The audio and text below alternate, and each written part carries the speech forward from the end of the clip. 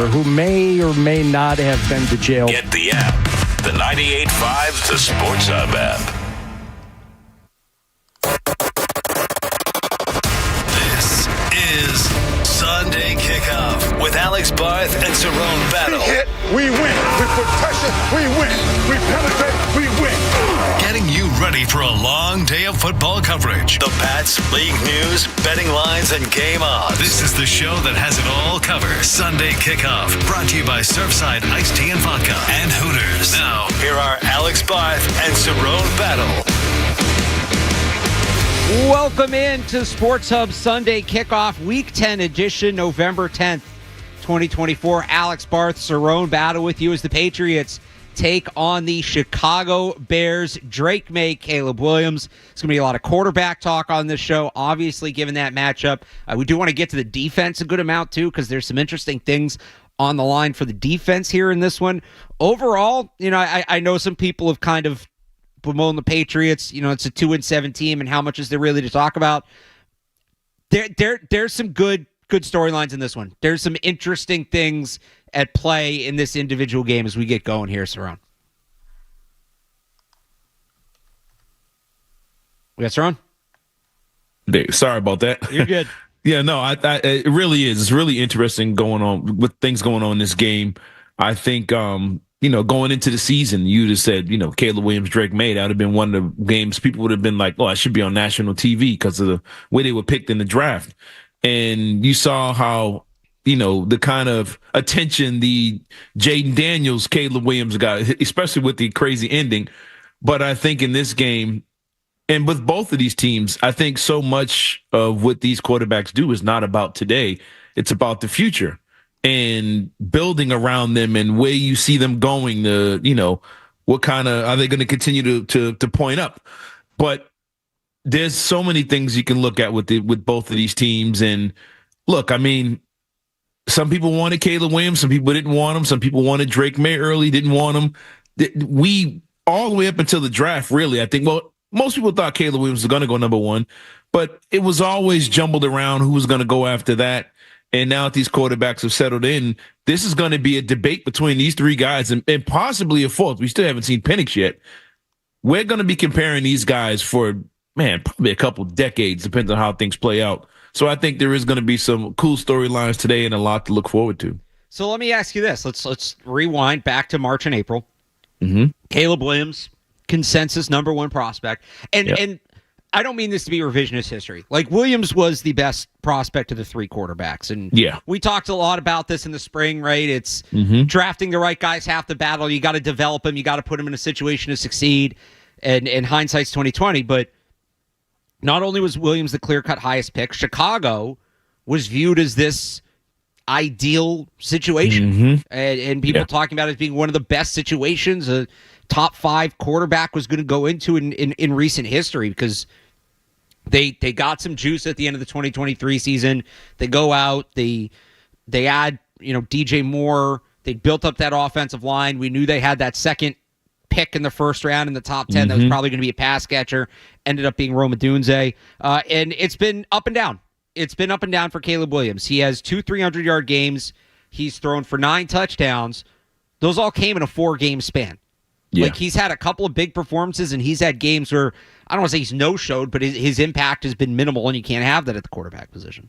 So, like, looking at that, looking at what's happened with Drake May, do you still feel the same about these guys as you did in April? Well, it's interesting because I would love to see what Drake May would look like if he had the weapons that they got in Chicago. If he had DJ Moore, Keenan Allen, and Rome Odunze, and I know the offensive line is bad. They got the same issues basically over there. Their tackles are banged up, but I wonder what Drake May would look like. Same thing with Jaden Daniels. Jaden Daniels doesn't have the stable that that Caleb Williams has, but he's still doing his thing. So here's the difference there. He doesn't have the stable, but he does have Terry McLaurin, right? He does have some options. He also has Cliff Kingsbury. True. Which I think is the difference here. I think you're seeing like Shane Waldron, that offense has not been great. And I feel like that's the big issue is they put the talent around Caleb Williams. This is where it relates to the Patriots because a lot of people have talked about Drake May and Alex Van Pelt. Are they holding him back? And that interesting comment this week from Gerard Mayo just coming out and saying, yeah, we're not going to design runs for Drake May. Mm-hmm. You go look at what they're saying in Chicago and even nationally about Chicago. I know Orlovsky talked about this week. It feels like the offense, the design of the offense is really fighting Caleb Williams' strengths. Mm-hmm. And you see what you get when you do that. It doesn't feel like an offense that's built around Caleb Williams. Yeah. I mean, and you think you would have done that. The Bears knew, like we all knew forever, that they were taking him. So you figure they would have been already trying to build something for him and build it around him, build the offense in his image. And it seems like they haven't done that. I mean, I know he didn't help a lot of these situations. He's missed throws. He's held on to the ball too long in certain situations. Offensive line's been bad, so they really weren't able to be balanced so far. But considering what he has around him and the way that team was set up, not saying he's been the most disappointing of the three quarterbacks, but he's the one I think with the most question marks. And, Drake May, even in issues where he makes mistakes, people are still higher on him in some cases because it's like, okay, if he had this or that, that play probably wouldn't have went down like this. If his defense was stopping the run, he might have had his first win by now. It's little things around him, but I think Caleb Williams is potentially still going to be. I think they're all going to be good over the years. I think we're looking at one of those drafts where everybody's good. And like I mentioned earlier, we still haven't seen Penix, and you talk about a great situation. Right. Penix with that offense would be amazing. And J.J. McCarthy, if he was in Minnesota with that right now, he'd probably be leading the way in Rookie of the Year right now. So it's going to be real interesting. Yeah, I think in Minnesota we're seeing what a supporting cast can do. And Doug Peterson was asked about that this week, actually. Like what's led to Sam Darnold's turnaround? He just said Justin Jefferson, which I might not say that. I might not put out that bulletin board material if I'm the opposing coach. But look, he's not wrong. He's not wrong not by any means. So makes it easy. Meanwhile, speaking of quarterbacks, I did want to work this somewhere into the show because this just kind of came out. So we'll just do it now. Speaking of quarterbacks and speaking of Doug Peterson, so Mac Jones is expected to start today for the Jaguars. Trevor Lawrence is dealing with a shoulder injury. Now, the initial reporting, what we thought all week was like today, it was going to be a Mac Jones spot start. Yeah. Well, Diana Rossini tweeted just before we came on the air, and I'm reading her post here. As expected, quarterback Trevor Lawrence is out today and could miss the rest of the season because of a serious AC joint sprain, sources tell Mike Silver and me. The QB is gathering information about his options. So obviously nothing in there about Mac Jones, but if the starting quarterback's going to miss the rest of the season, that probably means we're looking at the backup quarterback. So you get this really interesting kind of setup today of the guy at the top of the draft when the Patriots needed a quarterback, who a lot of people still kind of, you still hear people blaming Chad Ryland for hitting that kick on Christmas and people blaming Bailey Zappi for that game in Pittsburgh, even though Drake May's been pretty good. So you have the quarterback at the top of the draft playing. You obviously have the guy the Patriots took playing, and then you have the guy they moved on from that precipitated them taking a quarterback playing and, potentially taking over a team, which it just adds to how interesting this is. What are you expecting for Mac Jones? Because that's going to be I'm interested to see that today. And I think it's a Patriots adjacent storyline, obviously. And he's got, I don't know if the Jaguars have had their bye yet. He's going to have 7 or 8 games, 8 or 9 games, whatever it is, if Trevor Lawrence is really out for the rest of the season, before he hits free agency. This is a tremendous opportunity for Mac Jones. It is, man. And Schefter kind of was talking about a little bit in a couple of his tweets, basically saying it's Mac Jones and how he's from Jacksonville, all this other stuff. Look, man, he has a great opportunity here. Not just to stick around in Jacksonville, but for somebody else to pick him up. Somebody who needs a quarterback who knows they're not at the bottom of the draft. They can say, you know what, let's bring him in, see if he can be our guy next year or whatever. But he has a crazy opportunity. And all he has to do is not play bad. And I think he's good to go. But if he plays really bad, if he plays like he did last year or whatever, he's going to be a career backup quarterback. I think that's his opportunity. He'll blow it.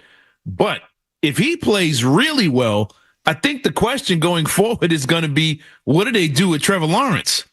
Because going into this season, you see a lot of stuff on social media back and forth. The numbers were very similar coming in, Mac Jones and Trevor Lawrence. And he keep losing with Trevor Lawrence, keep expecting these big things, and nothing really happens. They gave him the weapons a couple years ago. They made a little run. But it's not only a storyline for Mac Jones. I think if Mac Jones has a really good second half of the season, the real question, I think, is going to be about Trevor Lawrence and what does it mean going. If Mac Jones starts winning games in Jacksonville, everybody's going to be looking at Trevor, and he's the hometown kid. So the fans, you think Bailey's Zappy fever was crazy. Imagine if Mac Jones lights it up and then they go back to Trevor Lawrence. The fans are going to lose it. You're getting a little Mac mania coming in. I will say, not exactly the softest landing spot for Mac Jones against this Brian Flores defense in Minnesota. Yeah, it's tough. Been unbelievable, and that's tough. Yeah, I long term, does he maybe play okay? Sure. Yeah. Today, he's got a tough one today. So that's kind of what's at stake today. The quarterbacks, the whole quarterback dichotomy, all of it. The guy the Patriots took, the guy people wanted the Patriots to take, the guy people wanted the Patriots to get rid of, the guy they did get rid of, I should say. Do we end up seeing Bailey Zappi in Cleveland? Like it feels. I like Jameis Winston, but it feels like it's that kind of day where maybe we get a Bailey Zappi appearance. Lots of fun quarterback stuff going on. If you want to weigh in on it, 617-779-0985. But Cerrone, when we kind of touched base yesterday, you seem more interested in the defenses in this game than maybe the quarterbacks. I'm with you.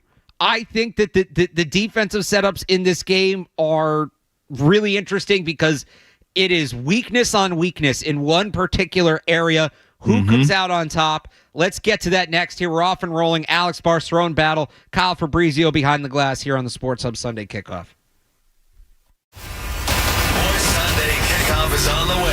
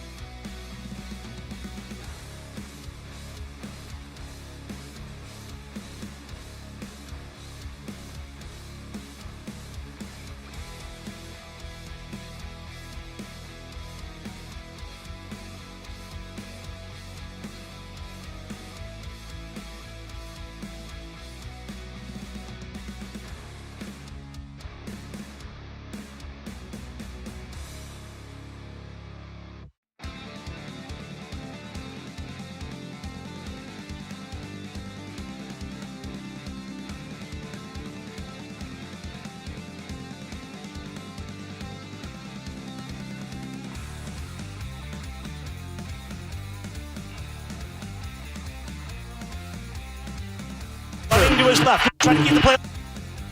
He's got it! Touchdown! Ramondre Stevenson! Pre-game with Jim Murray and Chris Gasper starts at 10. Oh my God, Drake May! Kickoff from legendary Soldier Field with Bob and Zoe is at 1 on the Safety Insurance 98.5, the Sports Hub Patriots Radio Network. The Pats, the Bears, on your home for Patriots football. 98.5, the Sports Hub. He begins the approach with a run-up and a swing of right leg. Every football game starts with a kickoff. This is Sunday Kickoff with Alex Barth and Cerrone Battle on your home for Patriots football. 98.5, the Sports Hub. God, we asked AVP last week about incorporating design runs for Drake in the offense, and he kind of said that, he takes enough hits and stuff like that. Like, what is your stance sort of on scheming ways to, obviously his mobility has been a factor. One thing I would say, he was in the concussion protocol not too long ago, and I'm not looking forward to designing quarterback runs for him at this present time. But who knows? Look, he's a rookie, and he'll continue to evolve as a QB power, no read options. Now, this comes a week after Alex Van Pelt said that, I think he said they're going to, really limit QB runs. He basically was like, if it's, 4th and short, game on the line, but he essentially said the same thing. So not a massive surprise that Mayo said that in the sense that, one, we'd heard similar things from the offensive coordinator. 2, eye test. Mm-hmm. Just like you figure if they're going to design runs for him, we would have seen it by now before it starts in. But doesn't it kind of feel like they need to do that? Because right now the Patriots run game is non-existent. It's not good. It's not there outside of Drake May scrambling. So if you look up the overall numbers, the Patriots are middle of the pack-ish run game the last month and a half. If you go and you sort out what Drake May's done, they're barely averaging over 2 yards a carry. It's just not good. And maybe running Drake May's the way to jumpstart it, but they're not going to do it. So that brings us to the Patriots offense versus the Bears defense. And I said when we went into break, weakness on weakness, right? Mm-hmm. Both of these teams struggle to run the ball. Both of these teams struggle to stop the run. So something's got to give. The Patriots this year, again, average 4.4 yards per carry. They rank 14th in the league. Drake May is significantly impacting that. Meanwhile, the Bears, they're averaging 5 yards per carry. They've already allowed over 1,000 yards. They're 5 yards per carry allowed, 29th in the NFL. So if there is a week to jumpstart the run game, feels like this is it. They're also maybe going to make a change on the offensive line. We saw Mike Onwenu practice at left guard this week. It would be his 3rd position of the year. That would allow them to put Layden Robinson at right guard, although they benched him last week. Between the changes, between the Bears' run defense struggling, is this the week the Patriots finally run the ball around? They have to try it. They have to. They have to not just try it. They have to be patient with it, like they were the first few weeks of the season when they really didn't want to put the ball in Brissett's hands all that many times. Excuse me. They ran the ball. There was times. I don't know how many times you mentioned it. You referenced it. All the yards after contact. Everything was. All of Stevenson's yards was after contact the first few weeks of the season. But they stuck with it. Since he came back from that foot injury 3 weeks ago, he has 76 total rushing yards, 83 yards after contact. Yeah, and they're just a completely different unit with since they were the first weakest. Now you lost Andrews. I remember when they benched Stevenson. Did he become more conservative with the ball? After the fumbles, early on. I don't know what really the offensive line was constantly shuffled around, and they were playing Seattle. I thought was a decent defense. Cincinnati early on, but they still found a way to run the ball a little bit, and I'm not sure what all changed, but I think you have to be consistent with it. You have to stick with it until you get something going in. And look, I think they've been in a lot of situations where they've been in 2nd and long and 3rd and long. So it's forcing them in these these obvious passing situations. But I think you have to find a way to run the football. You have to be consistent with the football, running the football, and be patient with it. Yep, you're going to get stopped here, you're going to get stopped there, but you can't get away from it. And I think it makes it easier on Drake May. And the thing is, when Mayo made his comment about he threw in there that May had the concussion. I'm wondering if May didn't get that concussion a couple weeks ago, would they have, had drawn up running plays for Drake May? Would there be more of this read option type stuff you see like in Baltimore, what they do with Jaden Daniels? Would you have seen that with Drake May if he didn't go in the protocol? And will you see it next year if they're like, you know what, he got knocked out once. We're not going to do it to him this year. I know he's going to run on his own, but we're not going to be the ones that draw these plays up for him. So I don't know, but they have to figure out a way to run the football. If you can't run the football against teams like this, then it's time to look ahead and get new running backs in here, and you're already doing your thing on the offensive line. So I think this is your best chance at getting that ground game going. It's an interesting thought about if he hadn't had the concussion. I still don't. I think this was always the plan, simply because they weren't running him before he got the concussion. That's true. 2.5 games. Yeah. I think I tweeted like he went off on a big run. It might have been the one he got hit on. It was that or the one before it. And I remember tweeting like, so when are we getting these designed runs for Drake May? We're seeing what he's doing. Right. And then he goes in concussion protocol. I'm like, oh, that timing sucked. But that's why. Okay, fair enough. But you got to break it out a little bit, even if it's just, and here's the thing, with a guy like that, and you saw this with Lamar Jackson on Thursday night, unbelievable game that one was, by the way. Yeah, it was. And Lamar runs a lot, and I'm not saying use him like Lamar Jackson, but the point being, they ran this one sort of read play with Jackson keeping the ball early in the game, and every time they went back to that look, and sometimes it was as a play action, sometimes it was just as a designed running back run. It was like three people wide open.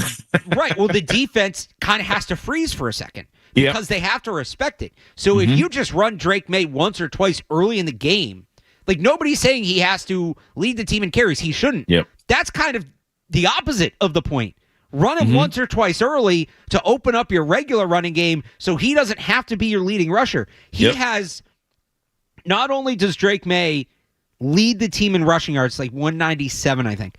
Not only does Drake May lead the team in rushing yards since he took over as the starter in week 6. He's doing that despite having missed essentially one whole game.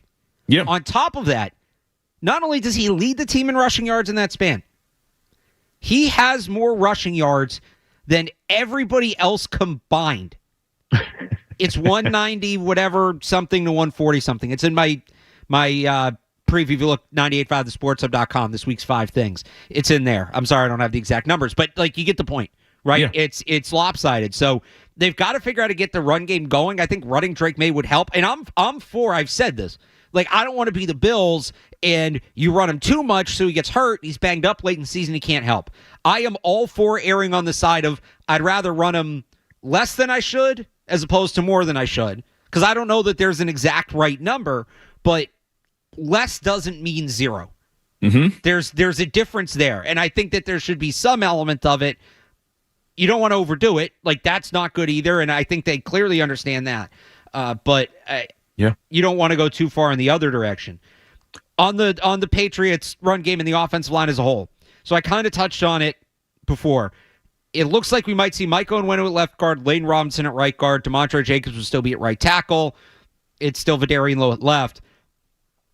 This bugs me if that's the group. For one, stop moving. Like their plan seems to be. Their plan seems to be, and Alex Van Pelt more or less said as much this week.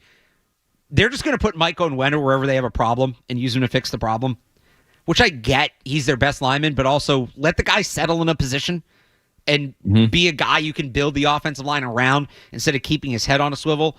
Also, they clearly really like Layden Robinson. Really like Layden Robinson. I'm not saying he'll never be a good player, but he doesn't look ready right now. He got benched last week. He was out of the lineup before that, and it'd be great if they could put him on the field and develop him, but it has a chance to hold the rest of the offense back, him being out there. And I don't know. They have Sidy Sow, who is a left guard, who played decently last year.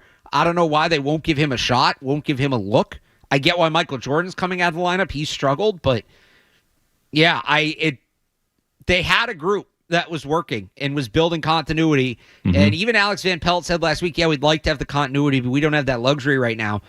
They kind of do, because it's not like guys are hurt. And I get they're trying to find a better combination, but it's one thing like a month and a half into the season, you're still working on combinations. Yeah, it's almost Thanksgiving, man. It's literally exactly what I was going to say. We're almost at Thanksgiving, and at this point, it feels like all the movement is hurting more than it's helping. It is, and look, and some of that movement could be the reason why the run game isn't as productive as it was this summer. I mean, I know you lost Andrews, but the constant movement, the constant, you don't know who's to your left and the right. There's no rhythm to it. There's no like things that are said without being said. Like, I know where he's going to be. I know where the guy next to me, he's thinking the same thing I'm thinking. If I get this guy, I know he's going to get that guy, and there's a rhythm to it. Even the running backs are like, oh, I know he's here and he's there. I know I'm going to get a crease. It's almost like the tush push in Philly when it was really going.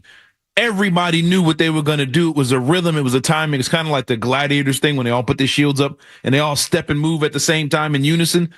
When you see the same guys in front of you over and over again, I can at least get a yard or two here, which moves the chains on 3rd and 1 or fourth and 1 or whatever it is. But when you're constantly moving guys in and out, you're not sure. You're hesitant. The running backs are kind of hesitant. They're jump cutting and stuff like that because they're not sure. You have to find a way to get a rhythm going with the offensive line now. And part of that is just leaving the same guys out there. If they're bad, they're bad. Just leave that same 5 unless someone gets hurt. But I think it is playing a role in the run game, and I think potentially in the pass game, more certain, play action, stuff like that. Just knowing where everyone's going to be and the rhythm and timing, it's really throwing everything off, and I think it's kind of holding everybody back. Meanwhile, on the other side, so I mentioned that the Patriots struggle to run the ball, the Bears struggle to stop the run. Same thing plays on the other side. Mm-hmm. Is this the week the Patriots defense gets going? We'll do that next here on Sports Hub Sunday Kickoff. More Sunday Kickoff coming up on the Sports Hub.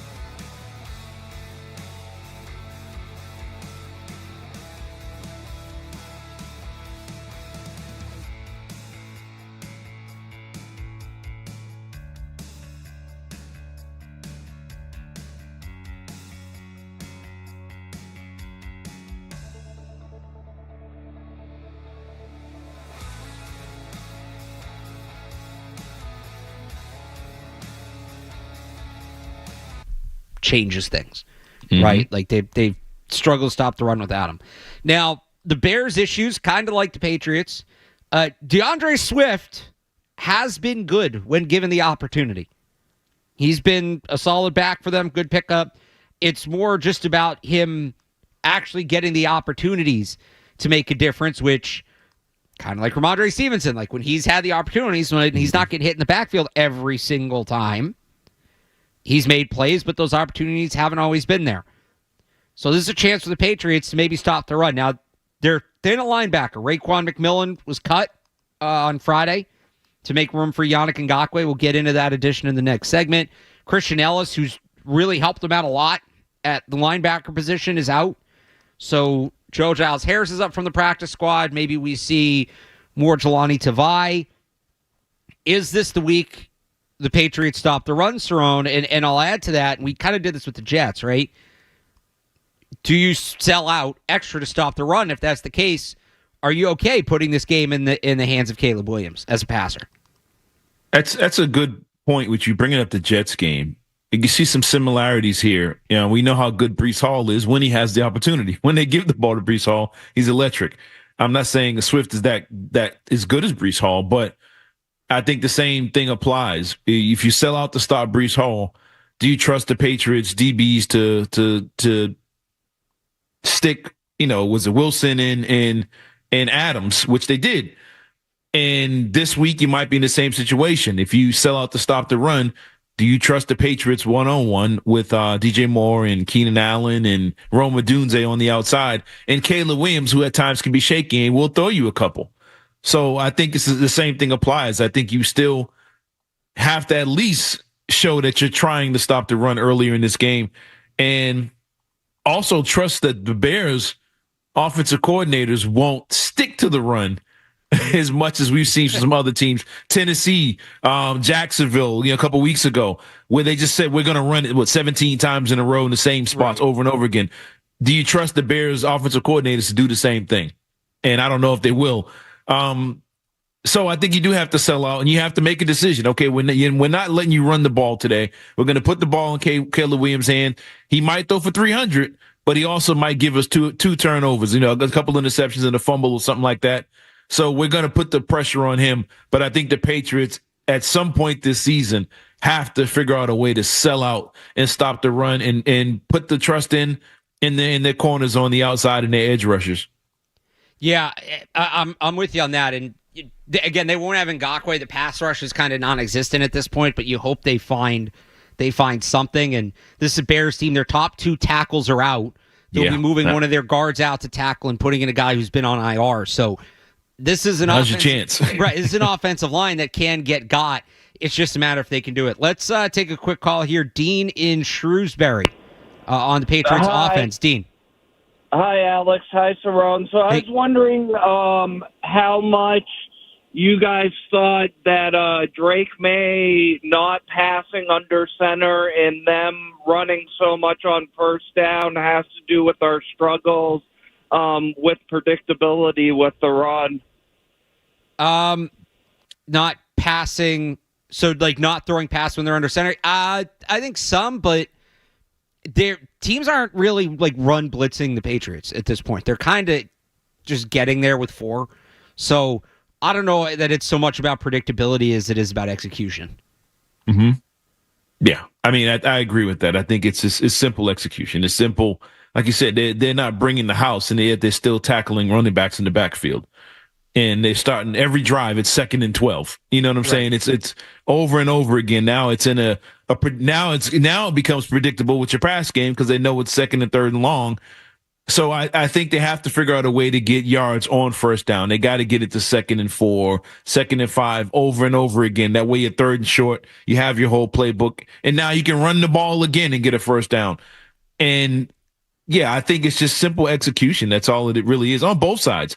I think they have to figure out a way to stop the run and tackle. You can't have missed tackles when you get a chance to get people in the backfield, and they've had several of those opportunities in the last few weeks and just kind of missed. So I think hopefully today, with those tackles being out, the Keon Whites and some of these other guys and Jennings on the other side and can make plays in the backfield, not just sacks, but just cut guys down before they get to the second level of that defense and give themselves a chance. Again, it's weakness on weakness when it comes to the line of scrimmage today. The Patriots neither of these teams have run the ball well. Neither of these teams have stopped the run well. Something's got to give. Somebody's got to step up, and it's a great chance for the Patriots to get right. And maybe it's not, it's not going to be the same team winning on both sides of the ball. Maybe both teams' run games work well. Maybe both teams stop the run well, right? Something like that. But go ahead. Real quick, I would add too. The tackles for the Bears hadn't really been protecting Caleb Williams all season. When they were healthy.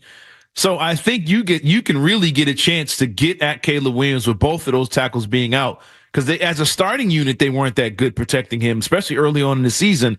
And you see, he's one of those guys where once the pressure starts coming towards him, starts getting in his face, he's one of those guys that takes off and turns his back almost downfield because he's running, he starts playing Madden a little bit. And that's where he gets in trouble. So instead of being a 3-4 yard loss on the sack, he can give you one of those 15-yard losses on sacks because he just takes off and starts running around trying to make a play. So I think you have to keep them to third and long. That way you can apply pressure to him and get Caleb Williams to get off to get off his base there and let him scramble around and kind of make those mistakes that has been getting him in trouble all season. You got to do that while being disciplined, though, because again, he'll break free. He'll launch one, right? And or he's 10 yards in the backfield. You're chasing him around. Suddenly, everybody's gone past him, and now he can shoot up the field and take off for one. So that Patriots pass rush discipline. Again, we're talking mostly about the run here, but that Patriots pass rush discipline, I think they'll be able to get penetration and get pressure. But you have to turn that into, if not sacks, at least incompletions, throwaways, inaccurate passes. Because if you get too aggressive against a guy like this, he's going to take advantage of that. He's absolutely going to take advantage of that, and it's been a problem for the Patriots this year, right? Keon White getting too far up the field. I get Joshua Uche's not here anymore. That's the one interesting thing to me about the Yannick Ngakoue edition is look, they needed a pass rusher. They just simply didn't have the bodies at this point. But that's another guy that's very, very aggressive. And, he's a veteran now, so maybe he's a little more disciplined in his rush, but another guy that is just going to kind of pin his ears back and go and isn't going to be worried about contained or whatever. He just wants to get to the quarterback, period, full stop. So I do want to talk about that acquisition because I do think it's notable. This isn't just them, claiming some backup offensive lineman off a practice squad. This is a guy that does have a legitimate NFL history and plays a position of need, certainly. Let's get to that next here on the Sports Hub Sunday Kickoff. Stay tuned for more Sunday Kickoff on the Sports Hub. Amica Insurance is proud to be the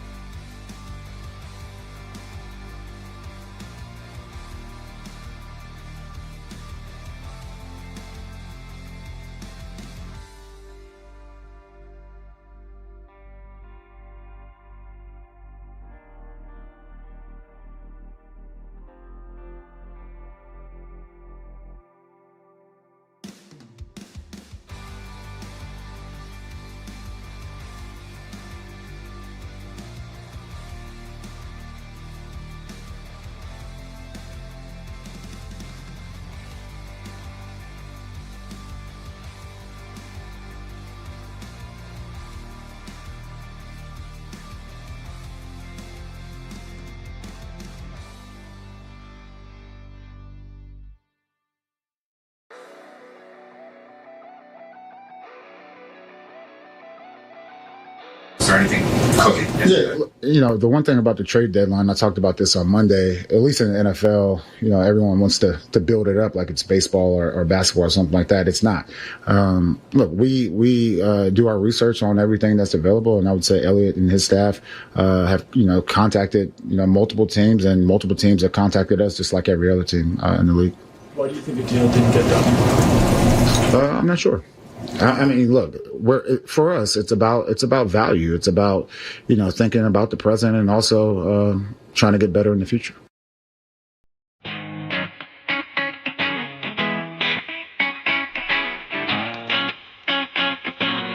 The NFL trade deadline came and passed this week. No moves for the Patriots this week. They did trade Joshua Uche a couple weeks ago, but that ended up being their only deadline move.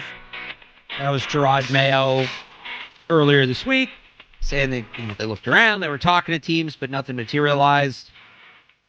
I wasn't shocked they didn't make that big move. I know some people had said, could they go get a receiver? Could they go get an edge rusher? I just don't think that deal was ever really there when you look at the way the rest of the market played out.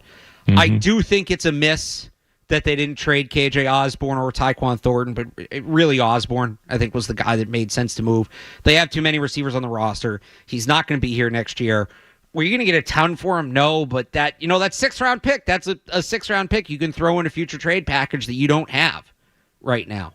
So I thought that was a miss, but I wasn't super shocked they didn't make the big move. My one other takeaway from the deadline was that Adam Schefter had to tweet that DK Metcalf wouldn't be traded. Now, I wasn't expecting DK Metcalf to move on Tuesday. I really wasn't.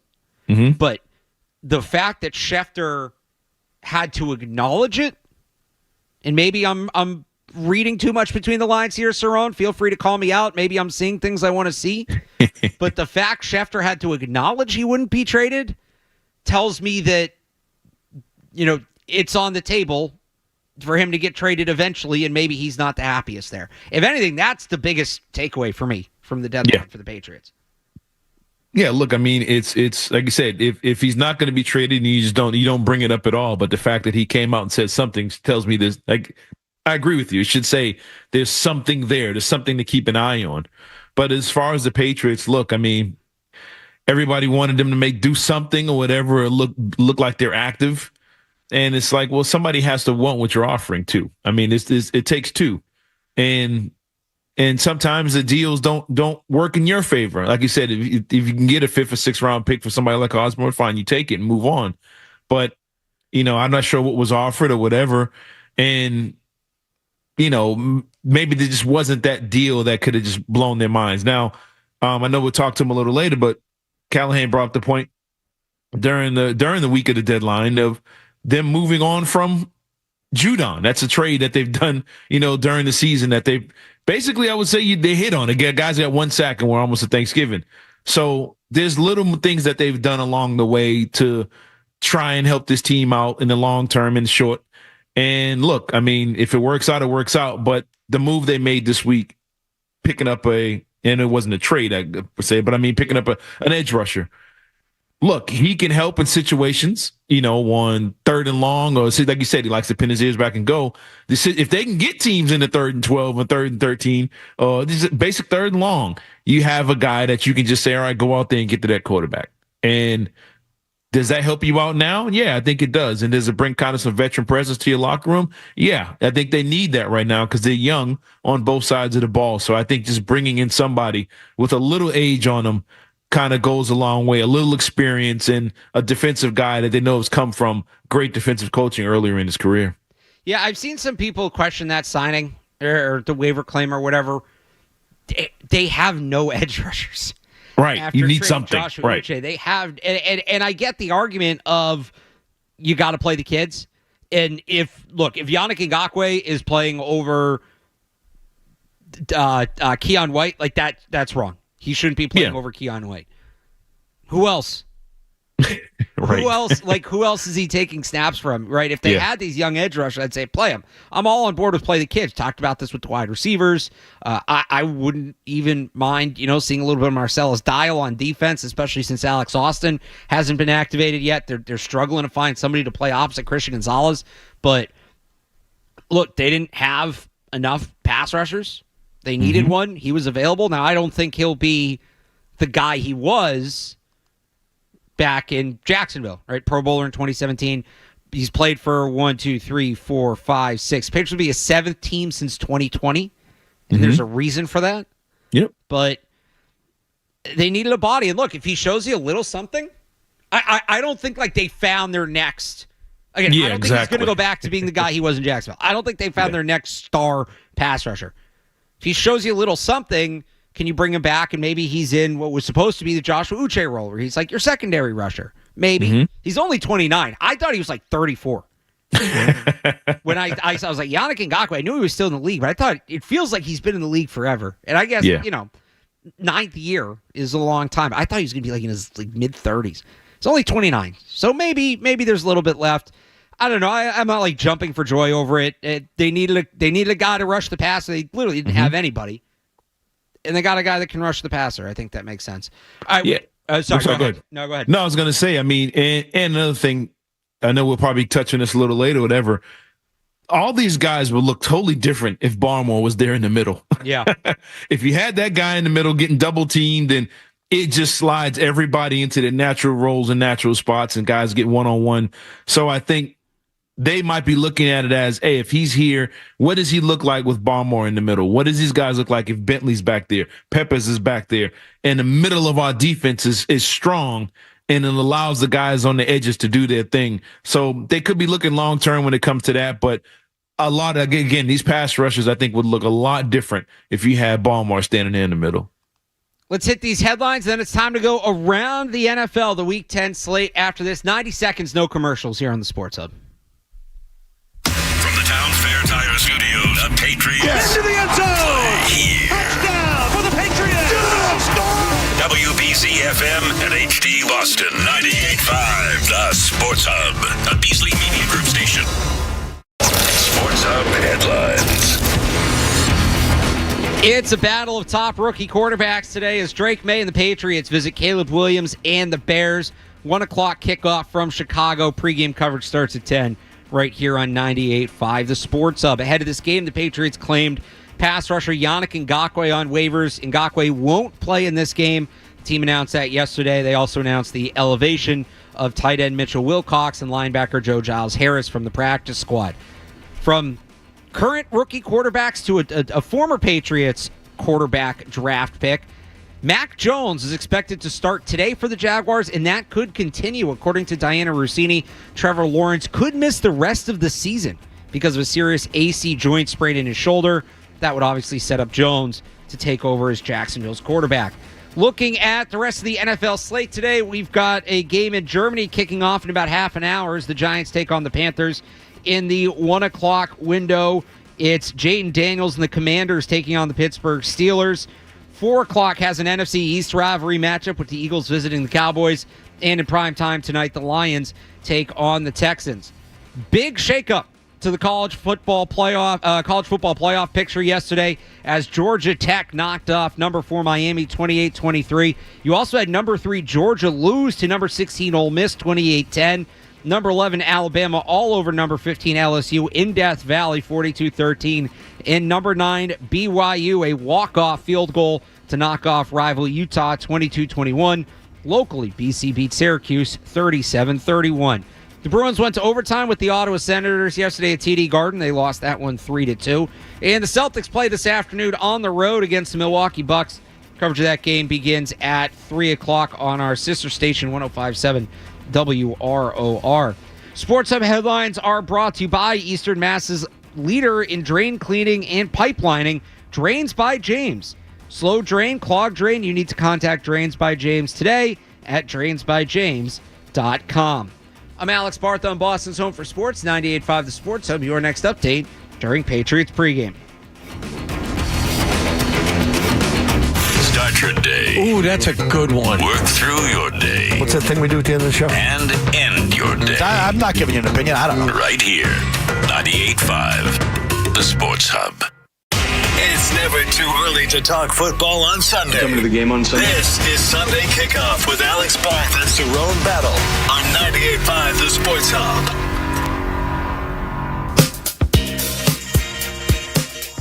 Pick a target. You pick it. Take your pick. Pick me. Pick me. I did not pick. There was no pick. Pick him up. You pick him up. Pick. I pick.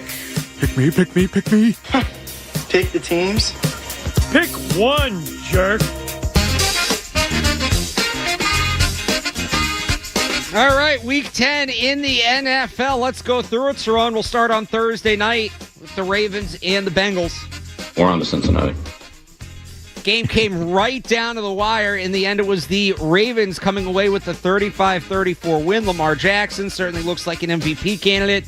After a slow start, Cerrone, the Ravens, I feel like they're back, they're clicking, they're in good shape. Ravens are good, man. They're good. But Cincinnati threw that game right out the window. They had it. They had the opportunities. And the comments after the game from Jamar Chase, I think, were very interesting when it comes to the future of this Bengals team. So, yeah, that was a great game. Both games they played this year have been great, but the Ravens just one step better. That game also had the highest total of the week, 53.5 points. All right, across the pond we go, Giants and Panthers. Cover one. What do we want you to do? Probably. Throw a touchdown. All right, I like that answer. This game in Germany kicking off in about half an hour, so make sure you set those fantasy lineups. The Giants 6.5-point favorites on neutral turf. Yeah, man, give me the Giants in this one. I think both teams are actually trying to tank right now, but give me the Giants in this one. I need Malik Neighbors to go off for fantasy personal reasons. So, yeah, give me the Giants. Am I crazy? I like the Panthers in this one. You know, they won last week. They played the Broncos competitively. The week before that, I think they have a little momentum. Bryce Young back in the lineup. I will take the Panthers. All right, into the 1 o'clock window. We'll get back to Patriots-Bears in a minute. Andrew Callahan will join us in the next segment. But I will tell you, for the second week in a row, the Patriots have the lowest total on the board, 38.5 between the Patriots and Bears. Now we go to Indy, where the Colts host the Bills.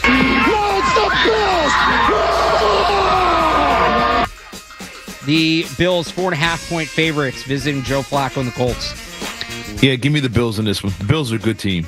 They're really good. Allen's not turning the ball over really at all. I think he's only has 2 interceptions on the season so far, and I think the Colts have a lot of issues they have to figure out when it comes to their quarterback situation right now. So I think the Bills kind of kick them while they're down. Give me the Bills in this one. Indoors against a struggling team, Buffalo is going to put up big-time numbers today. I'm with you on that. Now we go to Mac Jones' return as the 2-7 Jaguars take on the 6-2 Vikings. I like to do a little bit of rapping. There you go, Kyle.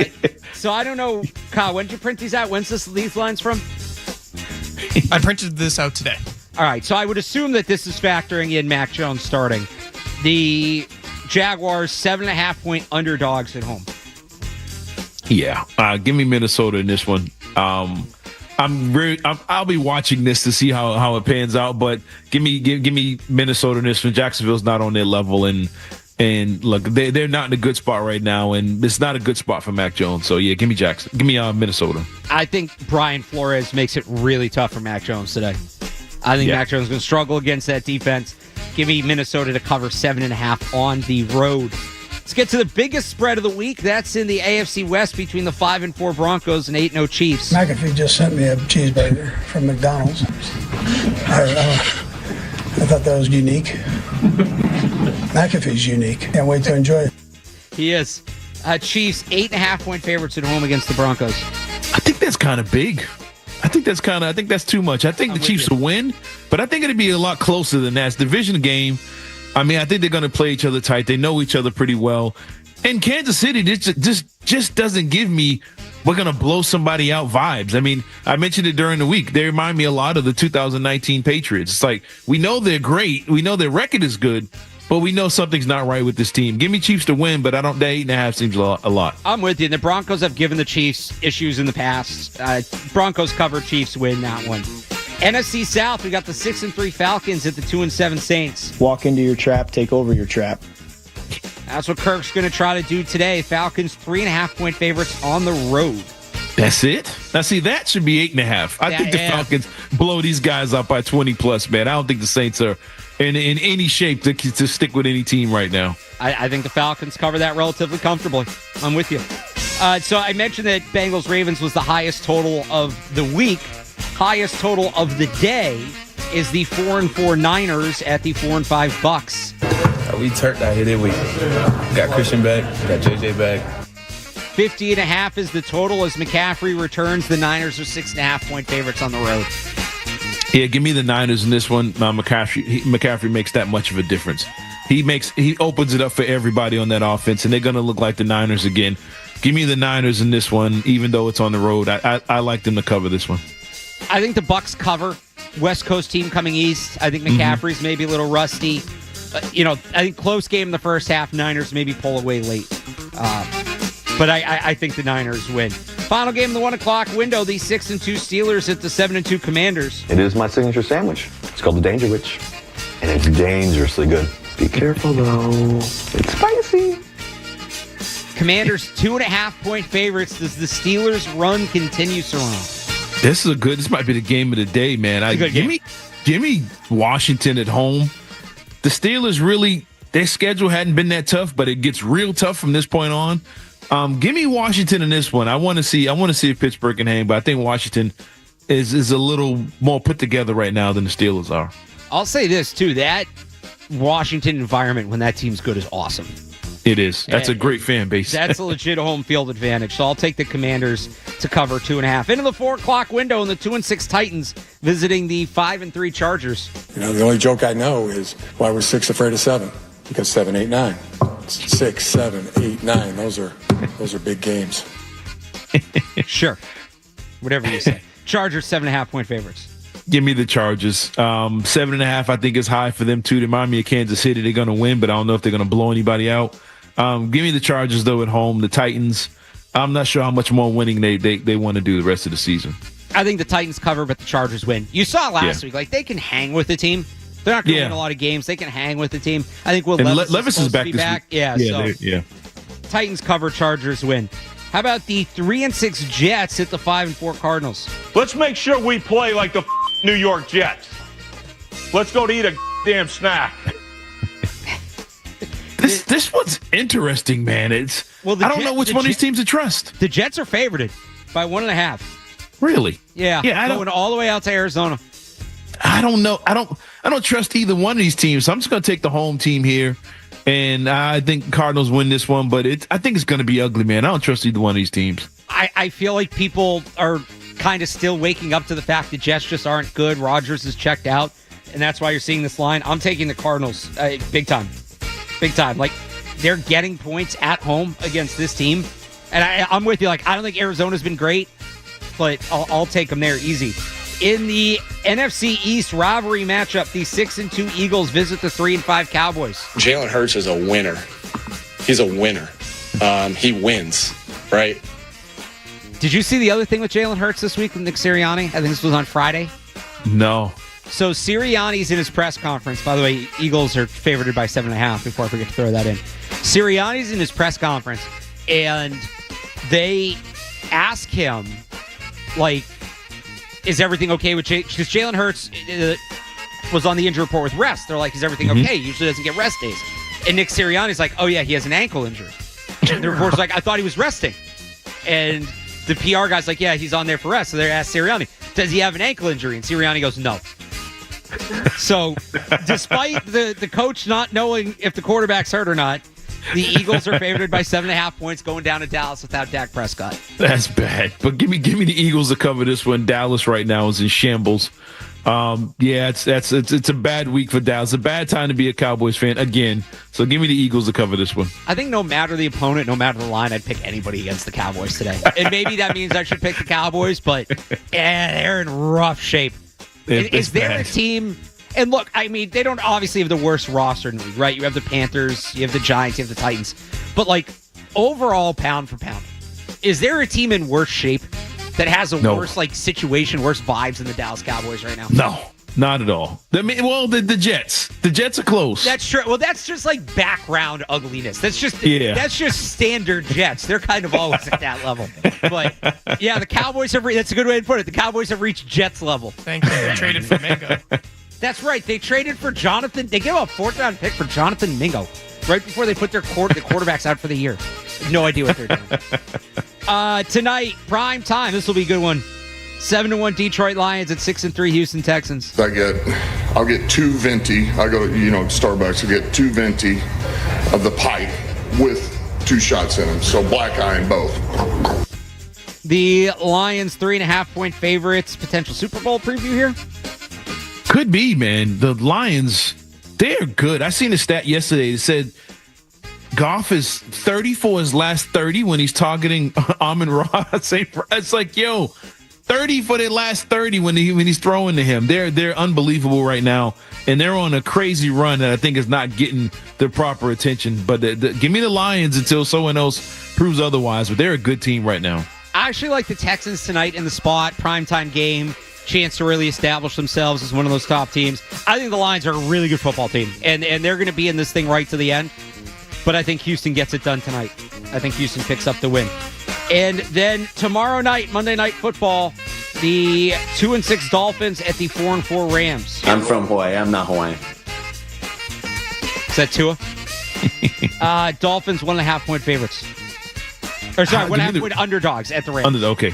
Yeah, give me the Rams at home. Give me the Rams at home. They still find a way to win games. They still play hard. I trust their coaching staff a little more than I do Miami's, a lot more than Miami's. Give me the Rams at home right now. Yeah, I'll take the Rams. Miami, even with Tua, feels like a mess. Mm-hmm. Yeah, there's another bad situation. You could throw them in there with the Cowboys and Jets. Because they just extended Mike McDaniel. If they could just fire Mike McDaniel and be done with it. I mean, it's still, Tyreek Hill's getting older. Their window isn't in great shape. Was it even open though? Yeah. Was the window ever open? I mean, I think it was. You had Tyreek Hill in his prime, Jalen Waddle. They had those backs. The defense was good. Let's not forget how good that defense was like a year or two ago. And, they remember when they added Jalen Ramsey? That was supposed to be like the final piece. Yeah. And then obviously that didn't work out. But, yeah, I'm with you. I'll take the Rams. They were rough early in the year, and because I started looking at the Rams this week, right, to get ready for the Patriots next week. They were, unbelievably injured. It was hard to comprehend how they were missing, their entire offensive line, both receivers, a handful of guys on defense. They're getting healthy now. I don't think they're, the best team in the NFC or anything, but the first month and a half of the season, I don't think was reflective of what that team is. We do have 4 bye weeks this week. Remember earlier in the show when I was like, hey, maybe we get Bailey Zappi. Shows how much I know. Browns on a bye, as are the Packers, the Raiders, and the Seahawks. I just realized, so the Packers are on the bye. Preston Smith got traded to the Steelers, who already had their bye. He's going to play 18 games this year. He's going to be in position. So will Zadarius Smith. Zadarius Smith, yeah, same thing. Cleveland on the bye this week. You're going to have a couple potential 18 games. I think somebody did it last year. It's been done since they increased the schedule, but it should be some kind of bonus if that happens to you. They talked about, I don't remember who it was last year. I think it was a receiver that it happened to. And they did talk about putting in some sort of bonus structure for that. Mm-hmm. Or saying that the team trading for the player has to give them a week off or something. But give me the money. I'd rather take the money instead of deal. Give me $500,000 and I'll play extra game. And look, on the Steelers, right? On the Lions, you're playing more than 18 because you're going to the playoffs. Yeah, so it's not like you're getting to the end of the season and you're done. That's your Week 10 slate in the NFL. Set your fantasy lineups accordingly. Andrew Callahan of the Boston Herald joins us next to break down Patriots Bears. We'll be back here on the Sports Hub Sunday Kickoff.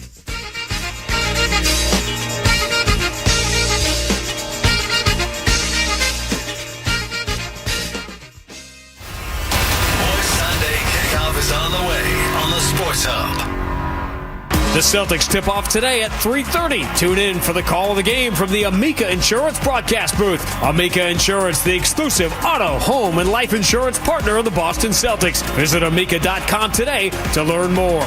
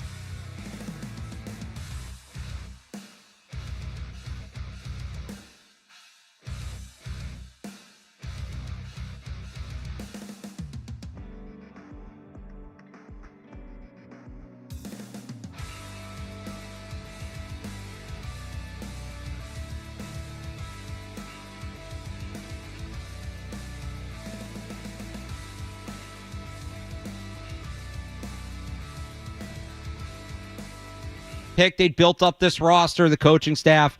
And now you look at it, and it feels like Drake May is getting as much positive attention as any of the quarterbacks. How much of this game, and not this game itself, but like when we compare these two guys, speaks to the what does this game tell you, I guess, about the development and the job the Patriots have done with Drake May when you see another quarterback development next to it? Yeah, it's a good framework, I think, right? Because, folks obviously get frustrated, as do I, with the amount of points that are scored and the play calling. But if we zoom out and are honest with ourselves, the most important part about the season is Drake May's development. And what you've seen from him, and you and I were at training camp when he was the worst quarterback between him and Jacoby Brissett through the first 3 weeks, to now far and away being head of Brissett with better footwork, more calmness in the pocket, quicker reads, like that's a huge win. And I would say, too, the fact that they've gotten rid of some of the bad habits that you and I saw, and Cerrone did too in person at North Carolina, was him playing hero ball, right? The fact that they've gotten out of him through 4 games is a huge plus. When you look at Caleb Williams, that's a guy who still doesn't want to quit on any play. It's the same one that we saw in USC, and it might make for a cool highlight or two, but it will also cost the Bears, and has, with several sacks, negative plays. I think that's a credit to the Patriots and their development versus the Bears and Caleb Williams. Do you think this, not so much from the Patriots perspective, what do you think the story would be if Caleb Williams goes out and loses to Drake May after already losing to Jaden Daniels? If he gets outplayed by both of these quarterbacks in less than a month or whatever, what do you think the national story is going to be about Caleb Williams and the Bears' decision to take him over these other guys? I don't know, Cerrone. I mean, it's tough for me because I'm not someone who goes and looks at wins and losses and puts it all on the quarterback, because I know they're both the most powerful position in sports and also the most dependent. These guys need someone to block for them and catch their passes and hand the ball off to it, et cetera, et cetera. So, I think locally there might be a lot of stress on him, but also, with rookie quarterbacks, no one roots harder for any player than a young quarterback. Everyone wants to see, whether you're in the press box or on the sideline, you're in the stands, them survive. I do think, though, the heat will turn up on Shane Waldron, everyone's favorite offensive coordinator, now the Bears offensive coordinator, who starts today 27th by DVOA, just 3 spots ahead of the Patriots, and that's the guy I think gets a lot of fingers pointed at. You talk about the quarterbacks need somebody to catch the ball for them. When it comes to the wide receivers, I imagine we'll see more Pop Douglas today, more of Kayshon Boutte. But there's still this ongoing question of what's going on with the kids. Jalen Polk played a limited role last week, had a couple penalties. Javon Baker finally got a few offensive snaps, although he didn't get a target. They've talked about playing the kids. Is this the week we see more of Polk, Baker, or both? Yeah, I believe so, Alex. I mean, we only saw 4 snaps for Javon Baker. I believe in Tennessee it was 9 for Jalen Polk, and Polk had 2 penalties, one of which, you could argue wasn't his fault with the illegal formation because he didn't have time to reset once Drake May got to the line. But, bottom line is he's severely disappointed. And I think the only way that you kind of get over that is to go through it and get back on the field, show what you can do, fulfill your assignments. And so the issue is, with those 2 playing, which I firmly believe they will be active, barring any, let's say, late night discretions, it would be not a surprise to me to see someone other than KJ Osborne be a healthy scratch today, because you got 7 receivers, right? He didn't play last week. He's the biggest professional in the room, according to Alex Van Pelt. So where are those snaps going to come from? It's not the fact they're getting them. And so I'm curious who is losing snaps to give to Polk and Baker. Do you see on the other side of the ball, on the defensive side of the ball, with the tackles being down for the Bears, do you see guys like Keon White having a big day today, having one of his bigger impact games of the season against this Bears team, not just in sacks, but in the run game and tackles for loss and just applying pressure? Do you see Keon White and that defensive line having themselves a day? Yeah, I think they could, right? And the tough part is, how well do they stop the run? Because as they say all the time, you got to stop the run to have some fun, which means pass rush. And so for them, that's been a struggle. Chicago's actually been a decent running team, but that offensive line you mentioned is banged up, and that'll play a factor. Tevin Jenkins, former first-round pick, is supposed to play tackle, now playing guard. It's really their only, a decent starter in there. So that'll change things. I think we'll know early. Because either the Bears are going to control the game running the ball, as virtually everyone else has against the Patriots, or they stop it and they're able to get them off the field, and the Patriots don't have to play catch-up the entire time. So I think the first quarter and a half is going to be really, really tough. We're talking to Andrew Callahan from the Boston Herald. Along those lines, the defensive front, and he won't play today, but what did you make of them claiming Yannick Ngakoue off waivers? Yeah, that was interesting to me, Alex. I sense that they have a good feel for how he will react going from arguably the best team in the NFL in Baltimore, who cut him. It wasn't like he could just go back because he was put on waivers, to a 2-7 Patriots team. Because that to me is as big as whatever his on-field contribution is going to be. You know, we talk about playing the kids and we talk about building a culture and finding some momentum to carry into 2025. Like, you need all hands on deck, everyone rowing in the same direction. If you bring a veteran in here who obviously can provide some pass rush boost, I mean, he's the second best pass rusher on the team. That's just what it is as soon as he steps foot in the building. But what is his attitude like? How does he like being here? They seem to be competent. That will be a positive. I don't know. I'm not saying otherwise. I just actually don't know. And I'm curious to see how that goes along if the Patriots struggle as we all expect them to do. If it works out, do you think this maybe becomes a strategy for them down the stretch here, finding waiver? Because, I mean, he's only 29. Like, when they signed him, it feels like he's been in the league so long. I thought he was like 33, 34. He's not young, but he's a guy that realistically could have a year or two left. Do you think this could maybe be something that becomes a pattern down the stretch where they look to get ahead on building the roster for next year and maybe adding some more guys through waivers? Maybe, but that depends on other teams cutting players that you like, right? You know, and again, the attitude of some of these guys might just go, okay, I got to get through 7 games with the Patriots, and I'll be a free agent, and I can go and do whatever I want. And I would say Ngakoue, too, you know, again, as much as the talent is there's no denying that part. This is a guy who has been on the Jaguars. He's been on the Colts. He's been on the Raiders. He's been on the Ravens. He's been around. And so players like that, there's a reason that they get passed around and no one wants to commit or kind of drop to a knee and marry these guys. And I don't know what it is. But Yannick Ngakoue, they're going to find out. If there are talented players that do get cut by other teams, sure, the Patriots will be interested. But I do think their experience with Yannick will influence that, because the more guys you have in your locker room who just see themselves as mercenaries or just have to get through the end of the season, you know, the more that's going to affect the rest of your team and your own players. And my last one for me is you know, back on the offensive side of the ball with this team. Do you see Stevenson and Gibson getting off to the right start? Do you see them committing to those guys today like you did the first month of the season, especially against a team that's, you know, haven't been the best against the run? Do you see them being a major part of this offense and kind of seeing sets where all those receivers, they're not spread out 3-4 wide, and it's more of a traditional ground game for this Patriots team? Do you see them running that kind of offense today against this Bears team? I think that's what they want to do, Cerrone, because this will shock you. That's exactly what they wanted to do last week when Stevenson had 16 yards and Drake May has 95 going off schedule with all of those scrambles. They ran the ball in their first 4 first down plays. They went with multiple backs or tight ends on 12 of their first 15 plays. So that's an offense. We want to play big. We want to run the ball down your throat. And I know in talking to guys in the locker room this week, that was an emphasis. Like, they ran new drills. They went faster drill to drill as a way to say, we have to run the ball and be more physical. But the Bears know that too. And the Patriots haven't done it. So I do think they will try to feature them. And one other hint that I think tells us this is they activated Mitchell Wilcox, you know, a prototypical, physically at least, tight end from their practice squad. So that's a guy you can play in line. That would give them 3, unless Austin Hooper or Hunter Henry are out, 3 inline tight ends. If, again, they want to play big, go straight ahead, and try to run the ball as you're suggesting. Who do you got today, Andrew? I got the Bears. Fellas, this is as much about the talent, I think, is the desperation. Chicago loses 2 straight. They're at home. They got a brutal rest of their schedule. I think they know they need to beat the Patriots here.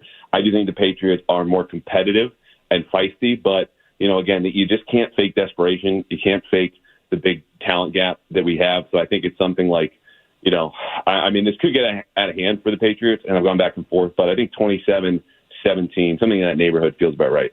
He is Andrew Callahan. He covers the Patriots for the Boston Herald. You can find him on Twitter, X @ Andrew Callahan. Andrew, thanks for joining us. You got it. Anytime, guys. 27-17. So Andrew has the Bears taking this somewhat convincingly. Is that what we'll see? Let's get back into the matchup next on the Sports Hub Sunday Kickoff. More Sunday Kickoff coming up on the Sports Hub. Tune in.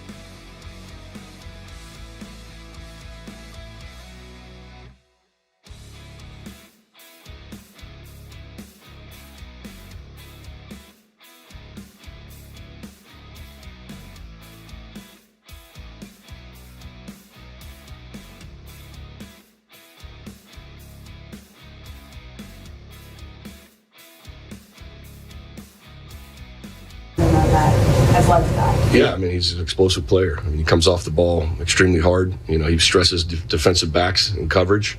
He's elusive. He's really wiggly at the top of the routes and can create separations. There's a lot to like.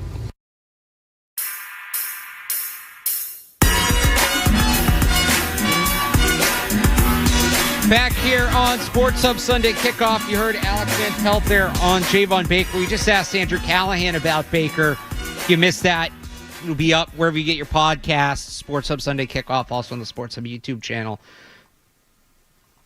Where are you at with? Let's actually start with Jalen Polk, because I feel like that one's a little more complex than Javon Baker. Like Javon Baker he hasn't played, and he's an unknown commodity at this point.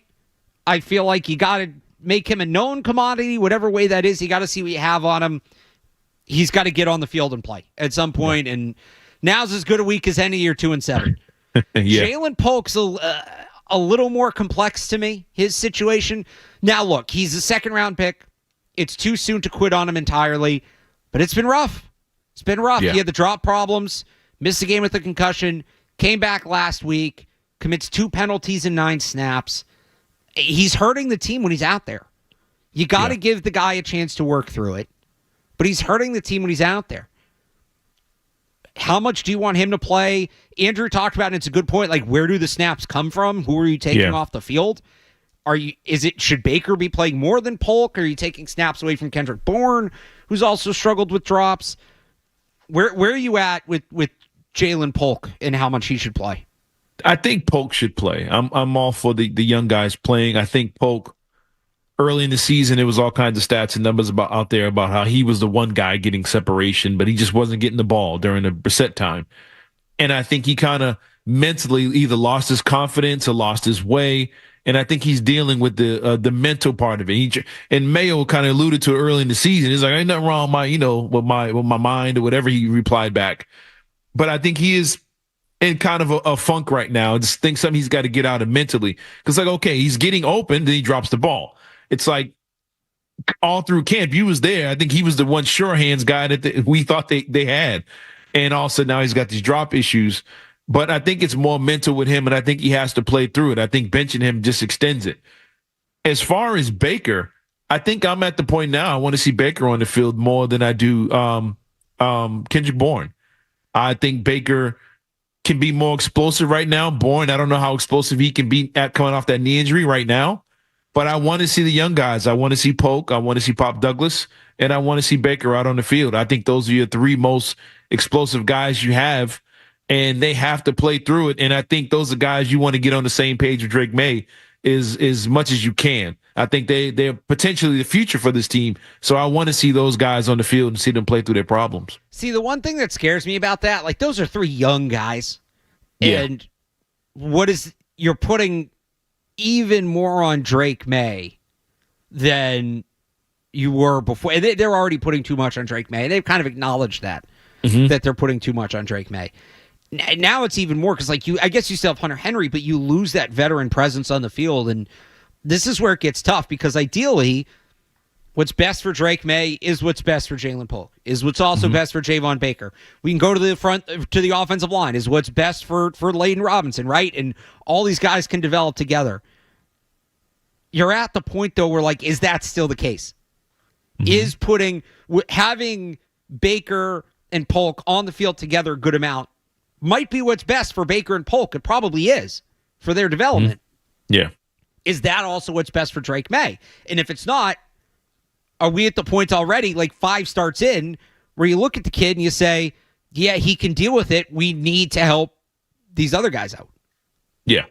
I mean, well, here's the thing, though. If you had a veteran guy out there that was just separating himself on the field, he's making the catches, making the plays, and you need these young guys to come along, I think that would happen. But I think Kendrick Bourne hasn't been what we wanted him to be. I know he's coming off the bad injury. Tyquan Thornton is probably the oldest guy, one of the older guys out there now. Has been in the league a couple of years. He hasn't done anything really this season. And we all know the situation with Osborne. So I think if those guys were standing out, separating themselves from the young players, we'd see more of them. But they're not really helping the situation out either. So I think at this point now, you just look at the playmakers and say, okay, which one of these guys can we put the ball in their hands and they get a first down for me? And I think right now it's the young guys over Kendrick Bourne and KJ Osborne and along the tight ends. It's a bad situation to be in, but I think you're at the point now where you got to look and see what you have with all these players. Can I give you one more thing they can maybe do to jumpstart the pass game? And look, people are going to be annoyed by this because this isn't throwing the ball down the field or explosive plays or anything like that. What about Antonio Gibson? What about getting him involved more in the pass game? Like, this is a guy, he was a receiver. That's what he was, college. yeah. He's a hybrid receiver running back, and they've barely sent him out on routes this year. Yeah. I think he's run, it's like 50 routes, something like that, about 50 routes, which is not a lot for the kind of player that he is, for how much he's played. And Stevenson's a good player and a good pass catcher, but those are, you can put them both on the field. You can put Gibson in the slot. You can put him out wide, try to get mismatches on linebackers, things like that. I was talking to Taylor Kyles about this week, and I think from CLNS, I think he had something about it where he did a good job of breaking it down. That's another guy that they could probably use a little more. And again, it's tough because, like we talked about with the receivers, the snaps have to come from somewhere. There's certain guys you don't want to take off the field, but well, I guess with the receivers, you're talking more about player development, but Gibson gives you another element that you maybe don't have otherwise. Yeah. And that's what we thought. That's what I thought anyway, coming into the season, how he was going to be used. When I first saw his name pop up, I said, oh, they finally got a third down back, a guy that they can use all over the place. And just go back a few years. If this Tom Brady and Josh McDaniels out there, Gibson has 70 catches by now. Oh, yeah. It's easily. He's their leading receiver. Easily. And I think that you're right. They're not using him in those situations where he comes out, they break the huddle, and he's lined up behind Drake May. And the next thing you know, he's out in motion wide. He's in the slot. Like you said, he's all over the place. Screen game. He's everywhere. And they're taking that element out of it, and there's no real surprise there. Now, are they saying we're trying to simplify things for the young quarterback? Maybe. But I think that's what I expected from Gibson when he was first brought in. And the running part to me was the surprise because he was running so well. I thought the pass catching was more of his strengths, but I think you hit the nail on the head with that, man. I think it gives him more balance and keeps the defense more in their heels when he's on the field if you use him in that way. Balance is a good word. That's what this team needs, balance. It feels like, right? Early in the year, we remember take him to the hill? Like, this was a team we thought was going to run everybody over, and it looked like it. It really looked like it those first couple weeks. Now they're not, throwing the ball all over the yard, but their passing they can take it to the hill every week. It's better than their run game. We thought early on, like, oh, look, Keon White, they have some semblance of a pass rush. It was Christian Gonzalez that struggled out of camp. Now that's flipped. So some sort of stability, some sort of balance, some sort of consistency, I think is what this team needs. And on the offensive side of the ball, that means running the football. And they have to establish that at some point, and it may not come from where you think it's going to come from. I think it was interesting this week. So with Mike Onwenu moving back to left guard, where he hasn't played since 2021, I was doing some reflecting on that season and going back and looking at things. And so remember, Onwenu broke out in 2020. He was a 6th-round pick that nobody thought anything of. He wasn't even the first lineman they picked in the 6th round that year. It was, I think, William Sherman from Colorado, who isn't in the league anymore, was the other lineman that they picked in the 6th round. Sherman was the next year. It was Justin Herron was the other lineman they picked that year. But Michael Onwenu was his breakout season, and you go into 2021, and it's like, all right, as they're rebuilding the offensive line, they have a piece. He can play guard, he can play tackle, he'll be good no matter what. And as the season goes on, the offensive line's struggling, and they're trying to find different things, and they end up putting Mike Onwenu on the bench. And a bunch of people, myself included, but I went back and read what some other people were writing at the time too, and it's like, they're benching Onwenu? This guy that they hit on? And look, it worked. It worked. For whatever reason, putting Ted Karras in and the combination they had worked. And I think there's something to be said for at this point as you're trying to unlock something. Fresh body, new face might just give you a spark. Even if you don't think he's a better player. And it's not me saying bench Ramondre Stevenson or anything like that, but mixing it up, maybe a little more snaps for Antonio Gibson, maybe, again, putting them both on the field at the same time, just something new, maybe is what gives you the spark. So I'll be looking to see today. We think the rookies are going to play a little more. The receivers, Andrew talked about that. They're moving the offensive line around. do we get anything new from Alex Van Pelt as well? Yeah. That maybe ignites something. Yeah, I think that's where the eyes are going to be on this game and probably the rest of the season. He's the one guy. I think fans are evaluating him more now than the players. It's like, okay, what's this offense going to look like? What kind of play call are we going to see from Van Pelt? So I think a lot of pressure is on him now.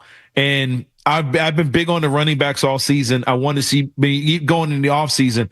I wanted them to get a young running back in the draft, early in the draft. I wanted a playmaker there.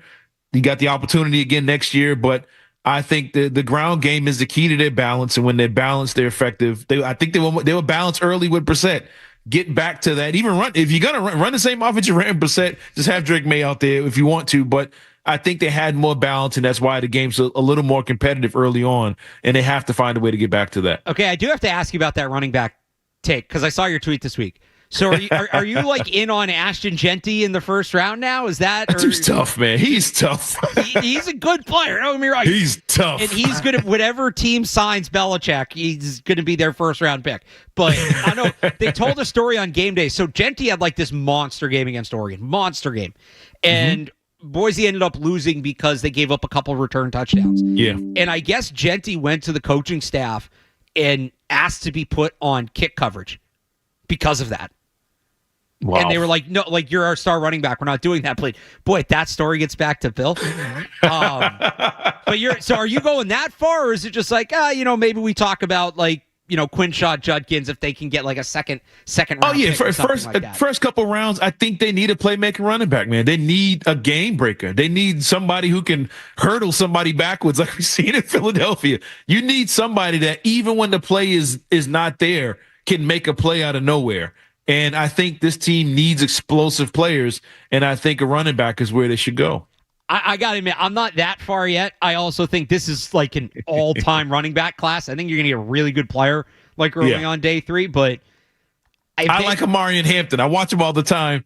I think that dude's a stud. He's a major playmaker. He was when Drake May was there still, but I like him. But you can probably get him in the second round, maybe even third round. So yeah, if you can get Amarian Hampton around like, late in the third round, I might be on board for that. I think they have bigger needs. It's a good draft, but look, if they want to run the ball, if they want to be like a run identity team, which they said at the beginning of the year, all these really good rushing teams have. You need a horse.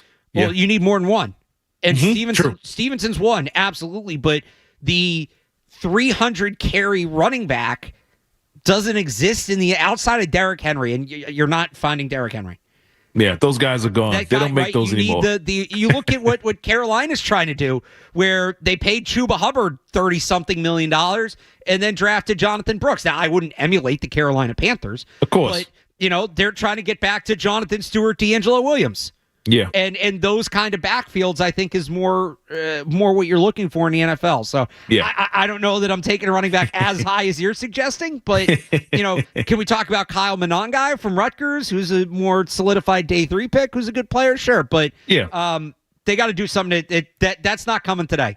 That guy's not coming today, and they got to do right, get the run game jump started. All right, final thoughts coming up next here as we wrap it up on the Sports Hub Sunday Kickoff. Stay tuned for more Sunday Kickoff on the Sports Hub. This is Sean Grady, voice of the Celtics. Tune in today at 3 for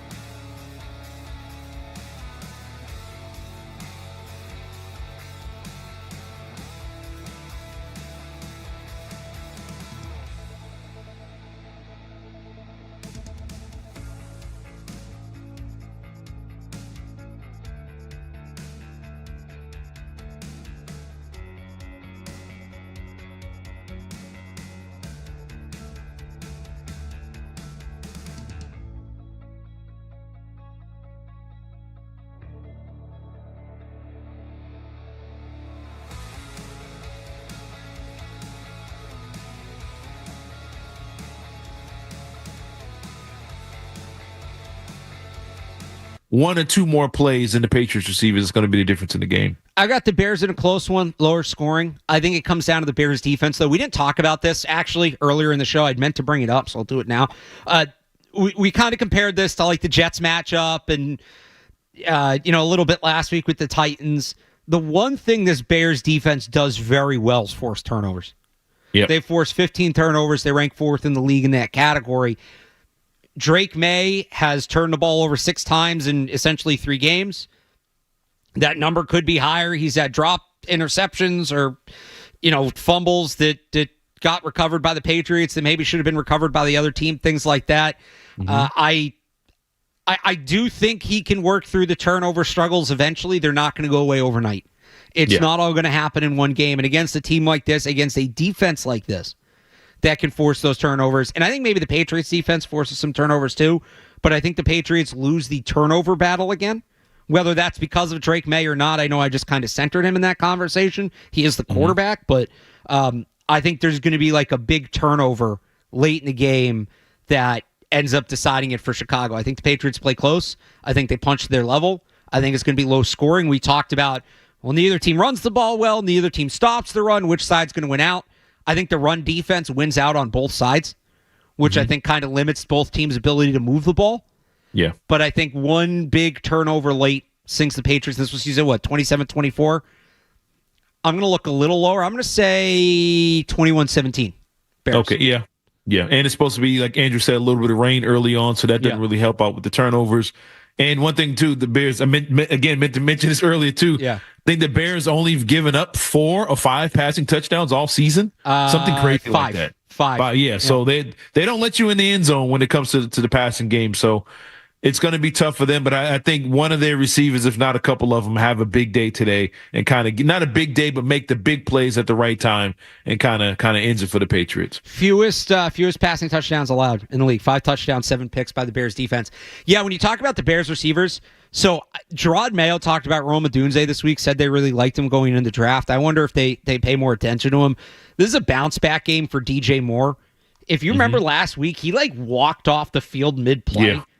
and he said his ankle was hurt. Look, he's been dealing with an ankle injury. I'm not saying that's entirely not true, but if you watch that play, it's weird. And I think it's a bounce back spot for DJ Moore. The Patriots have struggled with those physical receivers. So to your point, you think, maybe one of these receivers takes the game over. If they do, I'd look at DJ Moore. And I know he's the leading receiver, bold pick. But I'd look at DJ Moore being that guy more than Rome Odunze, or I know Keenan Allen really hasn't done much. But yeah, he's the one guy that even when he's completely covered, he can come down with the ball and make a play. Along him with in the tight end, Kokomet, I think those guys are going to move the chains and make the plays for them. And I think that's going to be the difference. Where I think the Patriots going to need a little magic on offense in order to keep up. All right, Patriots pregame coming up next here on 98.5 The Sports Hub with Jim Murray and Chris Gasper. We will be back next week, same time, same place, 8 a.m. to get you ready for Patriots-Rams. Patriots will be back at home next week. In the meantime, if you missed any of this show, you can find it wherever you get your podcasts, Sports Hub Sunday Kickoff.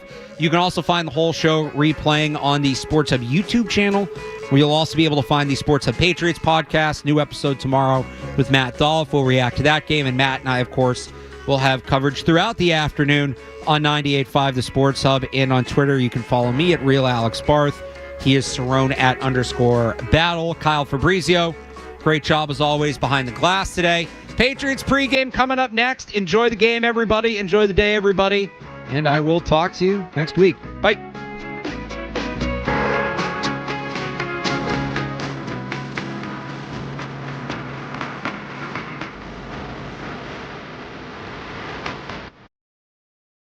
WBC-FM and HD Boston. Patriots! From the opening kickoff to the final play.